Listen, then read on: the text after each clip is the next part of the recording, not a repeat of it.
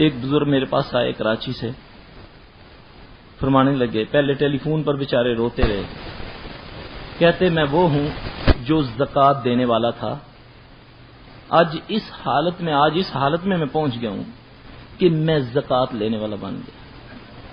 وجہ کیا؟ کہ میرے گھر سے پیسے چوری ہو جاتے ہیں، کوئی قیمتی سامان جتنے مرضی تالوں میں رکھتا ہوں، بغیر ٹوٹے ہوئے تجوریوں سے مال غائب ہو جاتا ہے۔ میں نے ایک مرتبہ جعلی نوٹ اصل نوٹوں میں شامل کر کے قرآن پاک میں رکھے، جعلی نوٹ وہیں رہ گئے، اصل نوٹ چوری ہو گئے۔